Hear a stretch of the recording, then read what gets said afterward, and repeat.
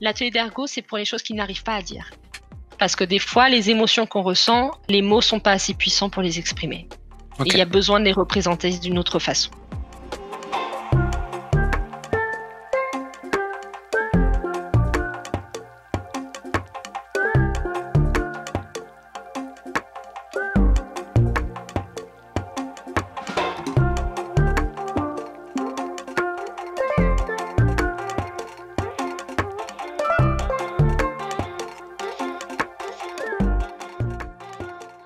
Jeudi 8 avril 2021, j'ai interviewé Kimia Ravari, ergothérapeute dans un établissement traitant la santé mentale.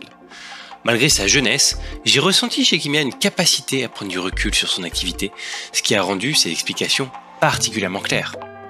Et comme elle le mentionne, son métier traite de l'émotion, un sujet qui me touche particulièrement. Venez donc découvrir le métier d'ergothérapeute et les histoires qu'a vécu Kimia. Vous ne serez pas déçus. Donc ce soir, on accueille Kimia, qui est ergothérapeute en pédopsychiatrie. Qui es-tu et quel a été ton parcours avant d'arriver à ton métier actuel ? Je suis Kimia, je suis ergothérapeute, donc j'ai 28 ans, bientôt 29. De base, depuis mes 9 ans à peu près, je voulais travailler en tant que maître verrier. Donc c'est tout ce qui touche l'art du vitrail dans les églises, donc notamment la restauration, en fait, donc le patrimoine historique de France. Et j'ai eu cette volonté de faire jusqu'à mes 19 ans même. En fait, j'ai commencé jusqu'au bac, j'ai fait donc une option scientifique pour pouvoir ensuite aller à l'université en histoire de l'art. Donc j'ai fait une licence d'histoire de l'art spécialisée dans le médiéval pour connaître un peu vraiment toute l'histoire des églises et des vitraux. Et arrivé en dernière année, je me suis rendu compte que j'étais plus intéressée par la raison pourquoi les artistes faisaient en fait leurs œuvres, notamment par exemple Monet qui voyait les couleurs telles qu'il les peint. On parle souvent des couleurs de Monet, de ses jardins, mais c'est parce qu'en fait il avait une pathologie. Et également Van Gogh qui faisait ses autoportraits, notamment qui montrait sa souffrance parce que il était en hôpital psychiatrique à ce moment-là. Donc j'ai été très très intéressée par ça et j'ai commencé à me dire si l'art permet à des personnes en souffrance de se sentir mieux, moi aussi, c'était un exutoire pour moi. J'ai voulu me dire, est-ce que je peux accorder ça? Est-ce que je peux associer à la fois l'art et le soin et la réflexion en fait psychologique de l'être humain? Et j'ai découvert l'ergothérapie. Et donc, je me suis dirigée vers ça. Donc, j'ai fait, après ma licence d'histoire de l'art, j'ai fait une licence en ergothérapie. Et j'ai atterri où je suis aujourd'hui, donc dans un service de pédopsychiatrie pour adolescents en tant qu'ergothérapeute. En fait, ce qui n'est pas commun, c'est que pour moi, l'art, je le vois comme vraiment une forme d'expression. Et c'est vrai que naturellement, je ne l'associe pas aux soins. Comment toi, tu définis le métier d'ergothérapeute ? De base, c'est tout ce qui touche la rééducation et la réadaptation par les activités de la vie quotidienne. Donc en fait, ergo, ça veut dire le travail ou l'activité, la thérapie par le travail ou l'activité. On considère que le soin donc, va passer par des gestes que l'on fait à répétition, donc notamment tout ce qui touche les kinésithérapeutes vont travailler l'analytique, ce qu'on appelle. Et l'ergothérapeute va se dire, on se rend compte que lorsque les patients vont vouloir faire quelque chose, donc par exemple attraper, je sais pas, un pot en hauteur, ils vont faire un geste que lorsque le kiné leur demande de le faire, ils n'y arrivent pas parce qu'ils ont une douleur. Et en fait, le fait de faire quelque chose avec un but, avec un objectif, va se mettre en place des mécanismes que le patient en fait va oublier la douleur parce qu'il a un objectif à atteindre. Donc, l'ergothérapeute va vraiment se baser sur ça pour la rééducation. Il va se baser sur le fait qu'une activité va peut-être centrer le patient sur quelque chose et donc oublier certaines fois certaines difficultés et voire être plus motivé à aller de l'avant et à se pousser vers de l'avant. Moi, par exemple, je travaille donc en santé mentale, donc en psychiatrie. Parce qu'on considère également que le bien-être intérieur et le bien-être psychique peut être pas forcément rééduqué, mais on peut aider en fait dans le bien-être par les activités. Ce que tu dis, c'est que quand on vise quelque chose, quand on fait un geste, on peut oublier la douleur. Il y a des moments où on l'oublie. Enfin, par D'accord. exemple, je donne l'exemple type, lorsqu'on a, très, très mal au ventre, pour une raison, X ou Y, bon, je pense notamment, aux filles, lorsqu'elles ont leur période. On va souvent dire: «Mais occupe-toi, fais quelque chose et tu verras, tu vas oublier la douleur» et D'accord. en effet, lorsque notre cerveau se concentre sur quelque chose d'autre, je dis pas que la douleur n'existe plus, mais elle va être reléguée au second plan. Et l'ergothérapie, avant que tu m'en parles, je connaissais pas du tout. Je connais, moi je fais de l'ergonomie, donc ergo, voilà, je me dis bon, voilà. Mais ergothérapie, je ne connaissais pas. Est-ce que c'est un nouveau métier ou alors c'est quelque chose qui est pas très connu? Comment ça se passe? Comment t'expliques ça? Ça a été créé dans les années 1950. Ah bon. D'ailleurs, la Ok, donc c'est première assez ancien, école quoi. ouais. D'accord. La première école a été créée en 1954. De base, ça a commencé notamment dans la psychiatrie, par ce qu'on appelle la thérapie institutionnelle. C'est-à-dire qu'en fait, c'était un moment où les hôpitaux psychiatriques, c'était vraiment des lieux de vie, donc les personnes habitaient là-bas. Et petit à petit, les médecins et les infirmiers qui étaient là-bas se rendent compte que lorsque les patients faisaient quelque chose, ben, ils se sentaient quand même mieux que lorsqu'ils ne faisaient rien et qu'on les laissait tranquilles. Et il y a certains infirmiers qui ont commencé à se dire: «Mais tiens, on a envie de se concentrer encore plus sur, les activités et pourquoi est-ce que ça fait du bien?» Et du coup, ils ont commencé à faire énormément de recherches et à monter c'est en fait des infirmiers qui ont été les premiers ergothérapeutes et qui ont monté du coup une école d'ergothérapie, en sachant que suite à la Seconde Guerre mondiale, on s'est rendu compte que ce qui était appliqué de base dans la santé mentale pouvait s'appliquer également dans le milieu de la rééducation fonctionnelle, donc la rééducation du corps suite aux blessures de guerre. Et donc c'est là où petit à petit ça a quitté le milieu de la psychiatrie pour aller vers la santé mentale. Comment t'expliques que le métier d'ergothérapeute soit si peu connu? En tout cas, c'est l'impression que j'en ai. Kiné, tu parles de kinésithérapie ou kinésithérapeute, on connaît. Ergothérapeute, on connaît moins. Alors moi j'aimerais dire que c'est parce qu'on n'est pas très doué pour parler de nous. D'accord.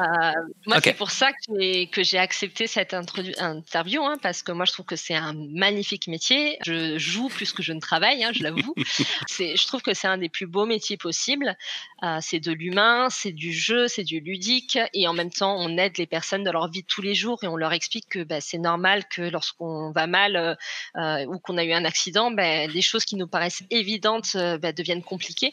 Moi, je considère que voilà, les ergothérapeutes ne savent pas trop se mettre en avant. Et notamment, moi, par exemple, bon, on risque d'en reparler, hein, mais dans le milieu de la santé mentale, donc de la psychiatrie, il y en a de moins en moins. Il y en a de moins en moins parce qu'en fait, il faut savoir qu'en France, les métiers du soin sont très vastes et en même temps très regroupés. Par exemple, kinésithérapeute, psychomotricien, ergothérapeute, il y a plein de personnes qui mélangent les trois. En plus, il y a D'accord. les ostéopathes. Et en fait, ce qui se passe, c'est qu'on va chacun avoir un cœur de métier, mais nos compétences peuvent se regrouper sur certains points. Et en fait, ça fait une généralisation. Et par exemple, pour les maisons de retraite, l'ARS va dire bon, ben, il faut qu'il y ait un ergothérapeute ou un psychomotricien. Et en fait, c'est et ou, mais les gens vont voir le ou. Moi, je sais que même les médecins avec lesquels je travaille me disent, mais en fait, qu'est-ce que tu fais là? Une ergothérapeute, c'est quelqu'un qui adapte l'environnement des personnes âgées. Ici, on en a. Enfin, qu'est-ce que tu fais ici? D'accord. Et c'est vrai. Une des compétences de l'ergothérapeute est d'adapter les maisons. En fait, lorsqu'il y a un retour à domicile après un accident, où ben, l'ergothérapeute va adapter l'environnement. Mais c'est une des compétences. Une autre compétence, c'est de faire des orthèses. Mais du coup, le fait que ça soit très vaste, ben, ça fausse un peu ce que c'est que le métier. Donc il y a une incompréhension, il y a peut-être une méconnaissance de la part du grand public et aussi une incompréhension de la part d'une partie du corps médical. Pour te donner une idée, moi j'ai une collègue qui est médecin et qui m'a envoyé un jour un diaporama de son cours en me disant on parle enfin de toi. Et en fait, elle m'a expliqué que sur ses 10 ou 12 années d'études, elle a eu une diapo sur ce que c'était qu'une ergo. Et donc elle m'expliquait qu'elle n'a découvert le métier d'ergothérapeute que parce qu'elle est allée en stage et qu'elle a voulu s'intéresser. Donc elle est allée voir l'atelier d'ergothérapie pour savoir ce qu'elle faisait. Mais en tant que telle, si en tant qu'interne, elle n'était pas curieuse et qu'elle voulait pas y aller, elle aurait très bien pu continuer sa formation sans savoir ce que c'est. Et c'est ça que je trouve dommage. Moi, je sais que j'ai été embauchée notamment parce que le médecin psychiatre avec lequel je travaille a été interne dans un endroit où il y avait des ergothérapeutes qui travaillaient en psychiatrie. Il avait déjà une idée de ce que c'était. Et donc juste pour terminer sur la partie, cette première partie d'ergothérapie, donc toi tu as fait une école par rapport à ça. Donc c'est une école d'ergothérapie en particulier. Ouais.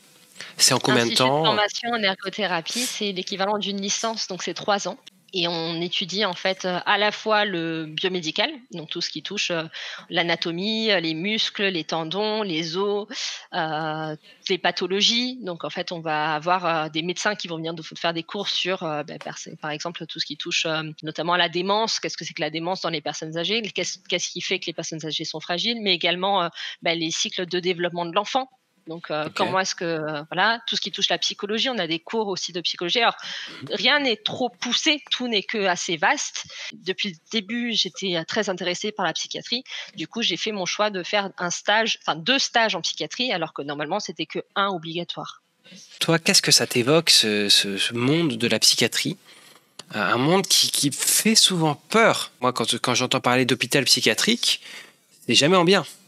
Qu'est-ce que ça t'évoque donc à la Non, psychiatrie? mais alors en effet, la psychiatrie fait peur, le terme psychiatrie fait peur. C'est notamment pour ça qu'on a beaucoup travaillé, sur le terme de santé mentale plutôt que de psychiatrie. D'accord. Notamment aussi parce que, en fait, on peut avoir des adolescents, nous dans là où on est, des adolescents qui n'ont pas une maladie et qui ont simplement une grande souffrance psychique, donc une souffrance morale et un état en fait de mal-être, sans forcément que ça soit une maladie psychiatrique en OK, tant que telle. OK. Pour moi, quand j'ai commencé la psychiatrie, en effet, c'était un peu le, no man's land où je savais pas ce que c'était. Je savais que c'était rattaché au bien-être de la personne, donc au bien-être psychique. Je savais que c'était, également rattaché à ses émotions, mais c'était un flou. C'était vraiment un flou et du coup, j'ai commencé à vraiment m'intéresser à tout ça, surtout un peu au comportement de l'être humain par rapport à ses émotions, par rapport à ses sentiments et j'ai voulu me centrer un petit peu sur ça dans mes recherches et donc j'ai, découvert la psychiatrie en tant que telle lors d'un stage où ça a été assez violent, hein. Le premier stage est assez prenant et surprenant parce qu'on découvre des choses, assez étonnantes. C'est-à-dire qu'en fait, la Ouais. psychiatrie pour moi, enfin et c'est pour ça que je vais prendre le terme santé mentale. C'est un secteur en fait où on est en contact avec des personnes qui, vont pas forcément avoir un lien à la réalité qui est comme le nôtre, ou comme le mien personnellement. C'est des personnes qui vont soit être très fragiles et du coup, par leur fragilité, ils vont percevoir leur environnement comme soit hostile, soit néfaste, soit ils vont se percevoir eux comme hostiles et néfastes. C'est-à-dire, par exemple, les personnes qui sont déprimées, ils ont un tel mal-être, une telle sensation de tristesse qu'ils ne vont pas forcément voir leur côté positif. Ils vont souvent, se flageller assez facilement, mais parce qu'ils se perçoivent vraiment comme ça. Ils vont également, être dans l'impossibilité de voir les encouragements des personnes, à l'extérieur. C'est-à-dire que, alors que les parents vont vouloir montrer qu'ils sont là, qu'ils sont présents, une personne qui est dans sa coquille, qui est dans un mal-être, ne va pas forcément se rendre compte que, l'inquiétude de ses parents, est quelque chose de qui montre leur amour et au contraire, ils vont se dire: «Mais regarde, il m'empêche de faire tout ce que je veux. Moi, j'ai juste envie d'être dans mon lit, j'ai juste envie de me je ne peux pas aller à l'école, je vais pas bien et tout» et pour eux, le fait que les parents vont essayer de les forcer à aller à l'école, c'est en gros que les parents ne comprennent pas. Donc voilà, c'est un milieu où on est dans son monde et qu'on a du mal en fait à percevoir la vision des autres et on a du mal également à rentrer dans le monde des autres.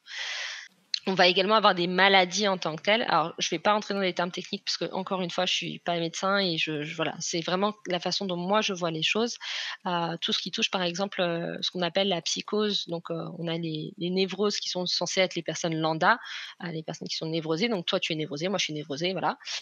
Et il y a ce qu'on appelle la psychose qui est, souvent on les connaît, par exemple, on appelle ça les personnes qui sont, une maladie, de schizophrénie ou, voilà, donc c'est des personnes qui vont souvent avoir des hallucinations, qui vont avoir vraiment un rapport au monde très, très différent du nôtre parce que, c'est leur réalité, mais ils vont voir des choses qui pour nous n'existent pas, ils vont entendre des choses qui pour nous n'existent pas, et en fait enfin, pour synthétiser, pour moi, la psychiatrie, la santé mentale, c'est notre vision de voir le monde qui est défaillant par rapport à ce que la société demande. Donc tu disais, que la première fois que tu vois ça, ça t'a pris, enfin c'était fort.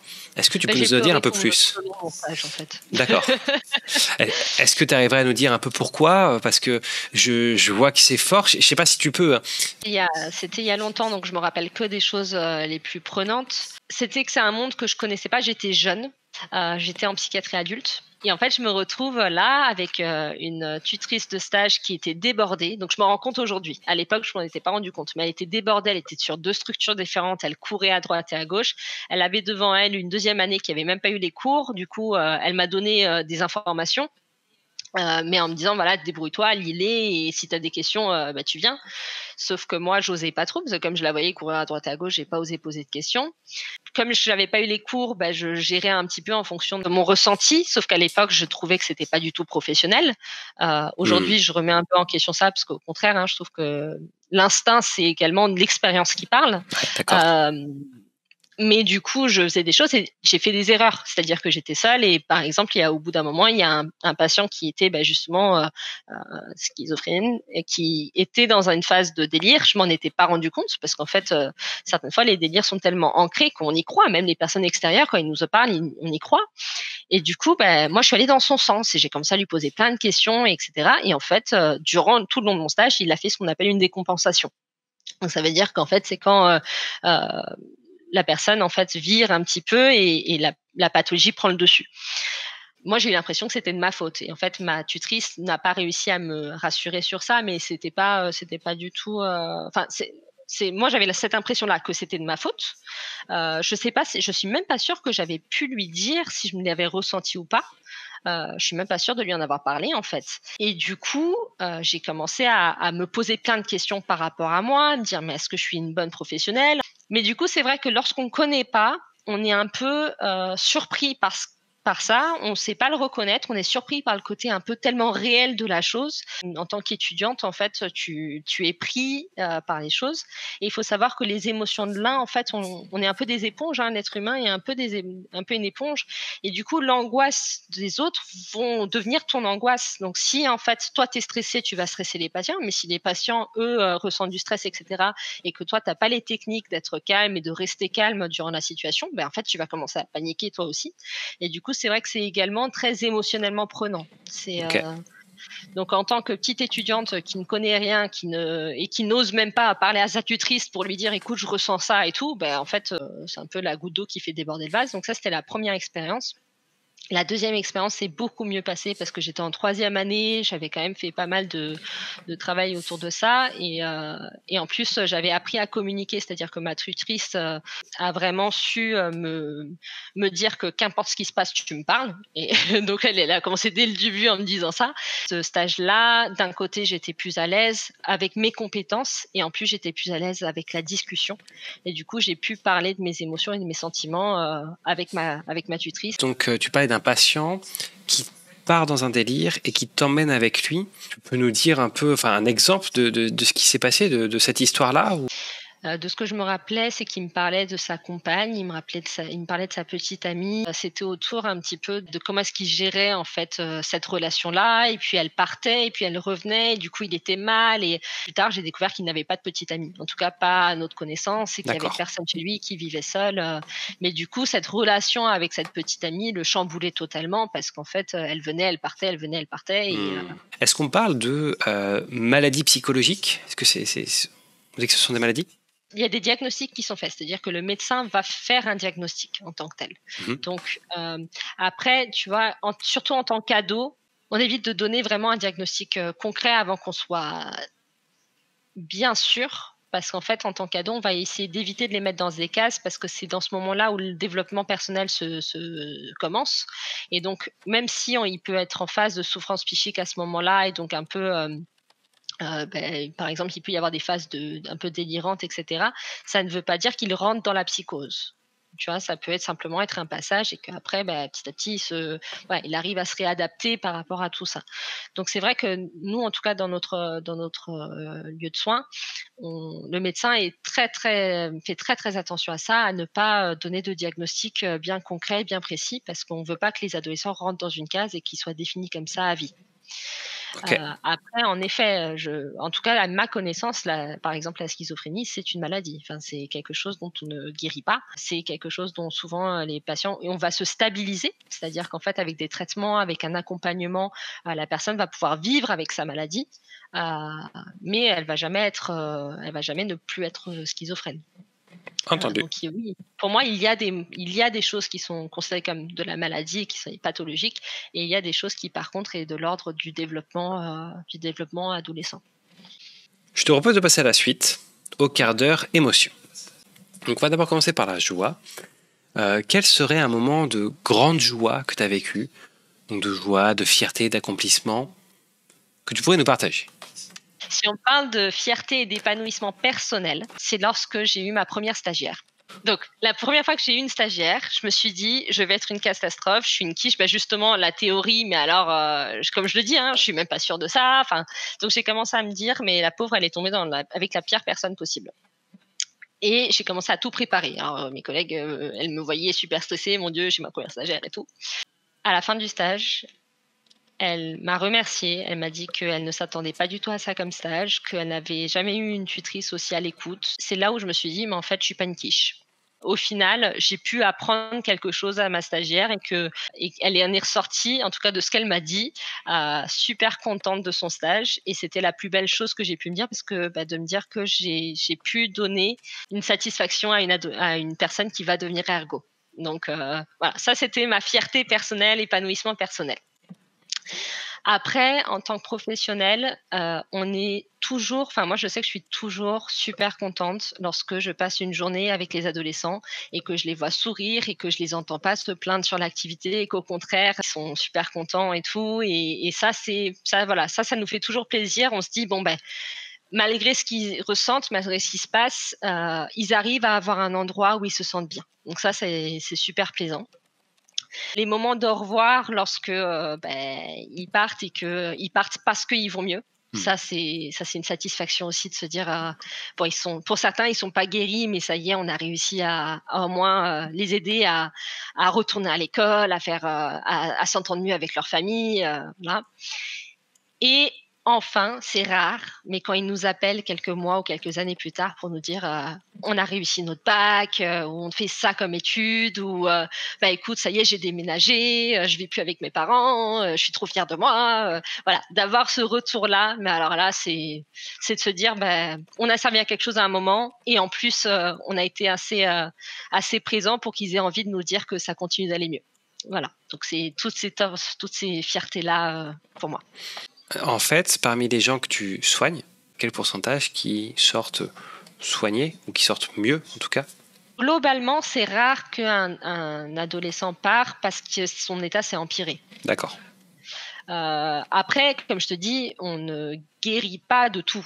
bien sûr, bien sûr. Donc voilà, il y a des adolescents qui sortent parce que, oui, ils vont mieux, et ça, c'est génial. Et il y en a qui sont stabilisés, mais en général, oui, ils sortent, ils vont mieux. Après, je peux pas te dire qu'ils sortent guéris. Ça, je peux pas te dire ça.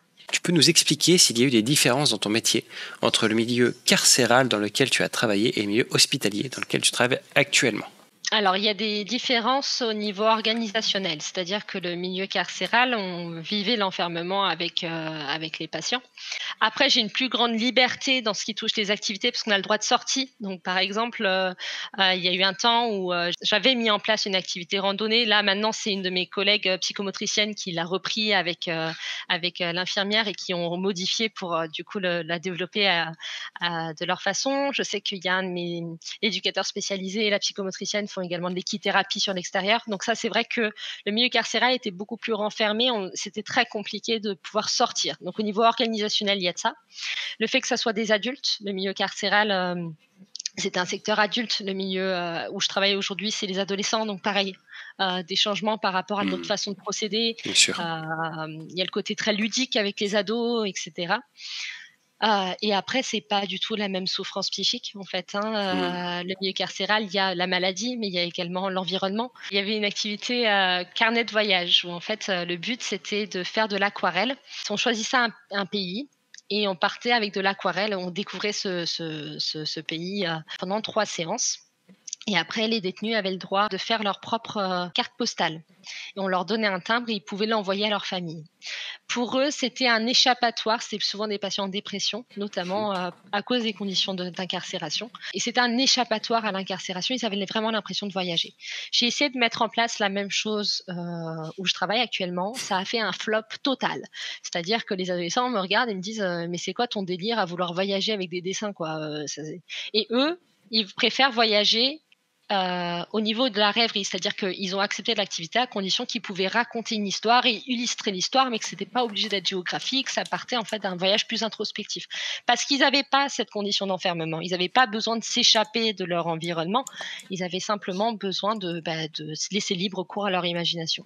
Donc en fait, voilà, c'est surtout une adaptation des activités en fonction des difficultés de chacun. Moi, ce que je te propose, c'est de passer à la deuxième émotion, donc un moment de grande peur que tu as pu avoir dans tes activités. Ce serait quoi? Il y a une adolescente que j'appellerais C, que j'ai suivie pendant plusieurs années. En fait, elle était déjà à l'hôpital de jour quand je suis arrivée. Elle est partie parce que, elle faisait partie de celles qui sont sorties, voilà, avant leurs 18 ans et qui est revenue 1 an après, et qui allait, toujours très mal, voire plus mal. Et en fait, c'était une adolescente, pour qui on savait qu'il y avait eu, des antécédents d'attouchement. En tout cas, on savait que c'était des attouchements sexuels, mais qui en avait jamais vraiment parlé, pour qui on savait qu'il y avait une vraie souffrance, elle se faisait du mal, hein, elle se scarifiait, donc c'est-à-dire se couper en fait, les veines un peu partout. Donc que ça soit sur les bras, les jambes, le visage. Mes collègues infirmières ont très, très souvent dû la prendre en soin. Elles pouvaient le faire même en fait au sein même de l'hôpital. Et j'avais un lien avec elle, assez présent. C'est-à-dire qu'en fait, en atelier d'ergo, elle arrivait à s'exprimer notamment par l'écrit, mais très souvent, ça la mettait mal.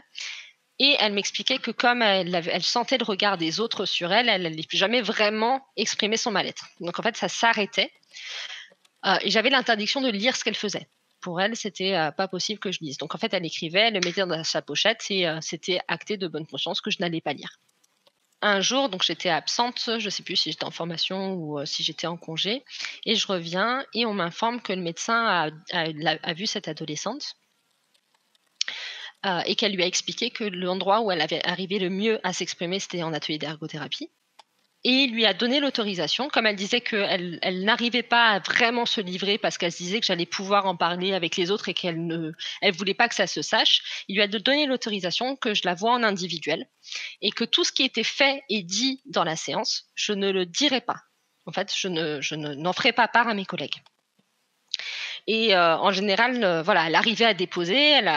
Donc en effet, elle a commencé à s'ouvrir, elle a commencé à dire ce qui s'était passé, elle a commencé à livrer des choses sur ses expériences, sur ce qui s'était passé, des événements traumatiques. Et en fait, un jour, elle m'a fait comprendre qu'elle allait plus revenir, qu'elle comptait en fait se donner la mort prochainement. Et sauf qu'elle m'a gentiment rappelé que c'était un huis clos et que je n'avais pas le droit de dire à qui que ce soit ce qu'elle était en train de me dire. Et je me suis retrouvée dans une situation très, très délicate normalement, en tant que professionnelle, en tant que paramédicale, si je sens que la patiente est en danger, je suis dans l'obligation, en fait, de faire appel au médecin pour qu'il l'évalue, parce qu'en fait, on ne peut pas simplement laisser partir une ado comme ça qui nous dit qu'elle compte se suicider. Et de l'autre côté, en effet, elle avait raison. Le médecin avait donné l'accord qu'elle puisse tout déposer avec moi et qu'on prendrait en fait le risque s'il se passait quoi que ce soit. Et je me souviens très bien, je suis rentrée à la maison, j'étais effondrée. La seule chose que je me disais, c'était que cet adolescent allait mourir, qu'elle allait se donner la mort, que j'étais la seule à le savoir et que en fait, c'était de ma faute parce que je n'avais pas pu prendre la décision. Parce que je me suis dit: «Bah, conscience professionnelle, elle s'est permise de libérer tellement de choses parce que j'avais tenu ce cadre-là et que je lui avais prouvé que j'en parlais pas. Et je me disais, est-ce que c'est un test justement pour s'assurer que est-ce qu'elle va vraiment rien dire? Est-ce que ce que j'ai déposé, c'est vraiment dans un lieu clos? Ou est-ce qu'elle va en parler?» Et du coup, j'ai pris le risque de ne pas en parler, mais j'avais la boule au ventre toute la nuit. J'étais vraiment, vraiment pas bien. Pour moi, ça a été la pire peur, c'était de me dire, est-ce qu'elle va être là demain? Alors, tu nous tiens tous là. Et donc, du coup, on a envie de savoir La suite. Elle est revenue. Ok. Elle est revenue et bon, à l'heure d'aujourd'hui, elle a eu 18 ans, elle est partie, mais on l'a envoyée dans une structure de soins spécialisée dans le traumatisme parce que, bon, elle, pour le coup, c'est pas quelqu'un qui est sorti en ayant mieux, en allant mieux. Elle a réussi à déposer des choses et ça, c'était un premier pas. Elle a réussi à accepter d'aller, dans ce qu'on appelle, des groupes de parole, Hmm. chose qu'elle ait refusée avant, donc ça, elle a accepté. Donc il y a des petites choses qui ont avancé. Donc elle va mieux dans le sens où il y a des choses qui ont avancé, mais elle a encore un très très long chemin devant elle. Et bon, elle fait partie des ados, par exemple, où j'espère vraiment avoir un retour parce que ben, c'était quelque chose enfin c'est quelqu'un qui m'a énormément touchée en fait. Donc ouais, je lui souhaite tout le meilleur. Du coup, là, ce que tu nous dis, c'est que tu étais tiraillé entre, d'un côté, garder le secret, qui était la condition de son expression, et de l'autre, dévoiler le secret parce que tu es dans l'obligation. Ça t'arrive souvent, ce genre de dilemme? Non, alors c'était la première fois D'accord. et la seule fois pour l'instant Ok. que l'espace d'ergothérapie, enfin d'atelier d'ergothérapie était un espace de huis clos. Ok. Sinon, en fait, à tout moment, lorsque j'ai un doute, lorsque je pense qu'il y a un souci, je fais appel à mes collègues, je peux discuter avec elles, je fais appel au médecin s'il y a besoin d'une évaluation. Et d'ailleurs, j'en ai reparlé au médecin, il était content pour moi, il me dit: «Mais tu vois, c'était une bonne expérience, tu avais des doutes, c'est à refaire». Et là, je lui dis: «Alors, c'est à Ouais. refaire, mais avec, un cadre en fait, avec, si je peux pas t'en parler, bah, tu me fais appel à une psychologue, peut-être hors du service, mais à laquelle je peux déposer tout ça». Parce qu'en fait, personnellement, mais moi j'étais au fond du trou, hein. Ce soir-là, Hmm. j'étais en larmes, j'étais dans ma boune, j'étais comme ça en train de me dire: «Est-ce qu'elle va être là?» Enfin, donc je lui dis: «Si c'est à refaire, tu me prévois ça, bien comme il faut», parce que il y a une raison pour laquelle on travaille en équipe. Il y a une raison pour laquelle on n'est pas seul enfin moi j'ai choisi de pas travailler en cabinet parce que je veux être avec une équipe. Donc si je dois me retrouver à garder ces secrets-là, je pense pas que je suis assez forte pour le faire. Donc heu, donc voilà. Donc non, lorsque j'ai un doute, je fais appel à l'équipe pour qu'on soit plusieurs à l'évaluer et qu'on sache quoi faire. C'est amusant ce que tu dis parce que j'ai regardé récemment une série donc sur Arte qui s'appelle En thérapie. On suit l'activité d'un psychiatre à travers ses patients. Et en fait, on le voit, donc il voit 4 patients. Et le dernier patient, en fait, c'est lui-même qui va voir une collègue aussi psychiatre. Et on le voit en fait se faire suivre aussi. Et Oui, apparemment, c'est fréquent. Et j'ai oui, l'impression que c'est un peu la même chose que tu nous décris là. ouais, au sein de notre équipe, une fois par mois, on a ce qu'on appelle une analyse de pratique professionnelle. D'accord. Où c'est une psychologue de l'extérieur qui vient et en fait toute l'équipe discute et parle d'un sujet. Donc ça peut être soit d'un adolescent pour lequel la prise en soin est compliquée, soit d'une expérience qui nous-mêmes est, par exemple, ben, moi j'ai pu parler de ça. En fait, une fois que ça s'est fait, j'ai pu parler parce qu'on a parlé de cette adolescente en équipe lors d'une analyse pratique professionnelle. J'ai pu exprimer ce que j'ai vécu. En fait, ce qu'on demande aux ados, qui est de s'exprimer et d'expliquer ce qu'ils ressentent, bah, nous, on le fait aussi de notre côté parce que sinon, en fait, on peut facilement exploser, personnellement et de façon collective. Merci pour ton partage. Un moment très fort. Alors maintenant, on va parler d'une autre émotion, on va parler de la colère. Qu'est-ce que tu peux nous dire sur quelque chose qui t'a énervé? Le sentiment de colère que je ressentirais le plus prof, alors il y a l'administration, en effet, mais surtout la vision du soin en France. Le médico-social, c'est justement parce qu'on considère que le soin est pour tous, c'est un droit pour tous, c'est quelque chose de sociétal. Et pourtant, à l'heure d'aujourd'hui, le soin devient une entreprise, ça doit être productif et on voit ce que ça donne aujourd'hui avec la gestion de la crise, des lits qui sont fermés, qui doivent réouvrir, mais qui ne sont pas pérennisés. Moi, la colère que je ressens, c'est vraiment par rapport à ça. Le soin doit être productif et c'est une vision que la France a du soin qui me dérange parce que je suis pas devenue soignante, pour apporter des sous, je suis devenue soignante, pour, oui, c'est ça, rentable, ouais. Je suis devenue soignante, en fait, pour soigner et je sais que ça soit dans toutes les expériences que j'ai eues, dans tous mes lieux de stage, ce côté, en fait, de les hôpitaux sont en perte, ça me dérange. Et enfin, donc, du coup, une grande tristesse que tu as eue dans tes activités passées. C'est lorsqu'on doit dire au revoir à un ado parce que, on n'a pas pu l'aider autant qu'on le souhaiterait. Là, actuellement, par exemple, on a un adolescent que je connais depuis au moins 2 ans, qui est actuellement en hospitalisation. Il a fait 16 hospitalisations chez nous. C'est un adolescent pour qui ça a été très, très compliqué au début. Il avait des gros troubles du comportement. Là, pour le coup, la frustration, elle était là, mais on a su lier du lien avec lui et en fait, à l'heure d'aujourd'hui, on sait très bien que là, par exemple, aujourd'hui, je l'ai vu et il m'a expliqué que pour lui, quand il est là, il a vraiment l'impression qu'il se sent bien, alors qu'à l'extérieur, c'est pas du tout le cas. Et sauf qu'en fait, il est très, très, très malade, ce jeune, hein. On arrive à la fin de ce que nous, on peut lui donner. On sait qu'on même en étant bien, comme il dit chez nous, régulièrement, il passe à l'acte, régulièrement, il se fait du mal ou il frappe et du coup, on sait que c'est une expression de son mal-être et en fait, on sait qu'on va devoir, lui dire au revoir pour son bien et pour pouvoir trouver une structure plus adaptée pour lui. C'est un sentiment de grosse tristesse parce qu'on n'a pas, enfin moi personnellement, enfin je me dis on n'a pas pu l'aider comme on aurait aimé vouloir l'aider. On s'attache à ces jeunes, on a envie de savoir qu'on a donné le plus qu'on a donné le mieux qu'on ait pu et même si on a tout fait, il y a un sentiment de déception de se dire que on l'a pas aidé comme on aurait voulu. Bon, bah écoute, merci pour ton partage. Ce que je te propose, c'est de passer à la dernière étape. Donc, par exemple, tu as en sculpture normalement un petit monstre vert qui montre ses dents. Ça, c'est une adolescente pour laquelle j'ai demandé de représenter en fait sa relation à la famille. En fait, elle me décrit sa famille comme un monstre qui essaye de la dévorer. Voilà, donc en fait, elle travaille autour de sa relation à la famille par la sculpture. J'ai pris en photo les mêmes consignes pour des adolescentes différentes pour que vous voyez un petit peu toutes les méthodes qui peuvent être utilisées. Donc elle a choisi la sculpture. Il y en a une autre qui a choisi la peinture, notamment. Donc quand tu vois une femme qui est tirée dans l'eau vers le bas par un homme et que sur une falaise, il y a deux femmes qui essaient de la rattraper. Et du coup, cette adolescente a voulu représenter en fait ce qui l'a fait couler pour elle, c'est son rapport à son père, et ce qui la tient, c'est son rapport à sa mère et sa sœur. Voilà. Donc voilà. Donc lors de cet atelier, les adolescents, donc je les vois individuellement pour parler avec elles avec eux, parce qu'il y a des garçons aussi, de leurs problématiques. Et à partir en fait de ça, je leur donne un thème général. Donc là, par exemple, c'était la relation à la famille. Et c'est eux, parce que c'est eux qui se connaissent le mieux, c'est eux qui choisissent avec quel matériel, de quelle façon, qu'est-ce qu'ils ont envie de représenter. Moi, c'est juste, je leur demande la famille. Tu représentes ta relation à la famille. Et en fait, je les laisse avec ça. Ça a l'air tellement simple. Et en fait, c'est la chose la plus compliquée au monde parce qu'on est confronté à soi-même. Donc, les adolescents sont confrontés à soi-même au regard des autres parce qu'ils sont quand même 6 dans la salle. Et en fait, il faut qu'ils travaillent sur eux.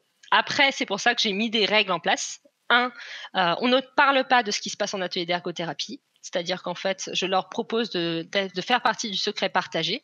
C'est-à-dire qu'ils vont être amenés à entendre ou à voir des choses qui ne sont pas de leur propre expérience personnelle. Donc, ils n'en parlent pas à l'extérieur. Ça fait 4 ans, pour l'instant, ça marche. Ils ont le droit d'en parler aux soignants, etc., mais pas aux autres adolescents. On respecte le matériel, donc on nettoie, etc. derrière soi. Et surtout, on ne touche pas aux travaux des autres. Voilà. Et ces règles-là, c'est ce qui permet en fait au final d'avoir ce qu'on appelle un cadre sécurisé. Ouais, donc j'imagine que quand tu es confronté à ça, ça t'aide à comprendre des choses, j'imagine. Oui. Relativement explicite en fait.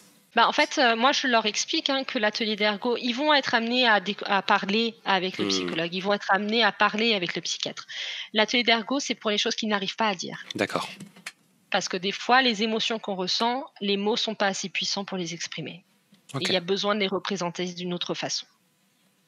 En tout cas, merci pour ça, parce que là, on se représente vraiment ce qui se passe en atelier, et au-delà des paroles, on a quelques éléments qui nous permettent de projeter.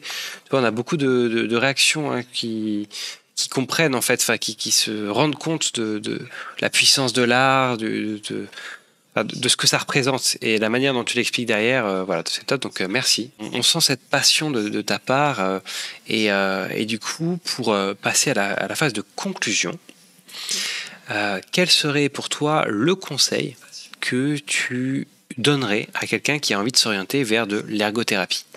Là, je vais parler en tant qu'ergo en santé mentale. Ne pas se restreindre à gérer les fauteuils roulants et l'adaptation du domicile et ce qu'on appelle les bricothérapeutes, comme je dis. Je déteste ce mot-là. Un ergothérapeute, ce n'est pas un bricothérapeute. Donc, de voir plus loin et vraiment d'utiliser les activités que l'on connaît. Moi, par exemple, le jeu de rôle en tant que tel, c'est une activité que j'ai découvert avec des amis.